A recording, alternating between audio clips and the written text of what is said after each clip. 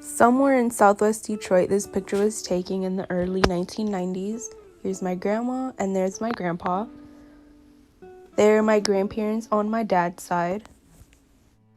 I decided to start here just because this is where my grandparents' life was, or it used to be.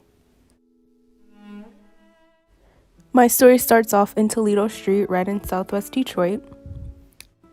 I can still remember this house and the way it smelled. It smelled just like Fabuloso. My grandma used to always say, if it doesn't smell like Fabuloso, it's not clean.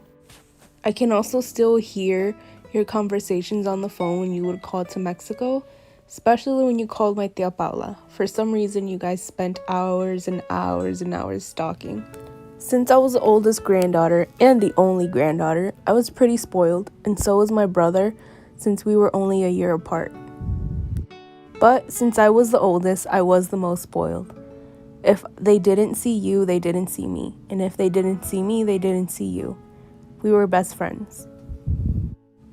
My childhood was amazing, and you were a huge part of it.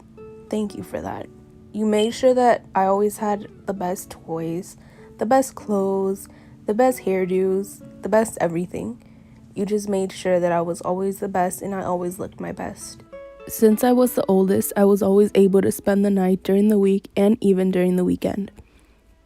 I remember waking up to you every morning and you getting my shower ready, and after my shower, you would do my hair.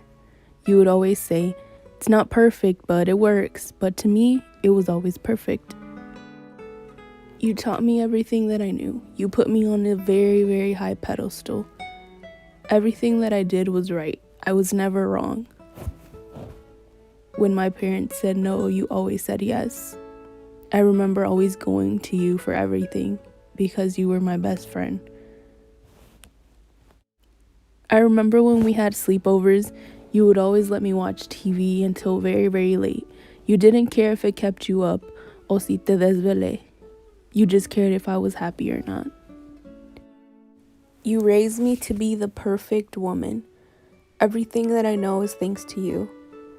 You made sure to always instill in me how school was super, super important and how I had to go to college and be somebody.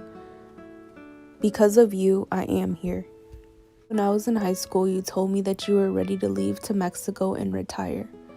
You were tired of living here and you were just missing your home. You've been away for way too long, so I didn't stop you. I know you had seen how great me and my brother both turned out to be. You knew that you did a job well done, and it was time for you to live your life for yourself. You said, "A ustedes ya los crié, ya están bien grandes. Ya se pueden cuidar ustedes solos." Now that you had moved to Mexico, you seemed like you were really happy. But little did we know was that you were getting sicker and sicker every day. Since you always instilled in me how important it was for me to go to school, I ended up going to college. But little did I know my freshman year I would lose you. A month before classes started, I went to Mexico to go visit you.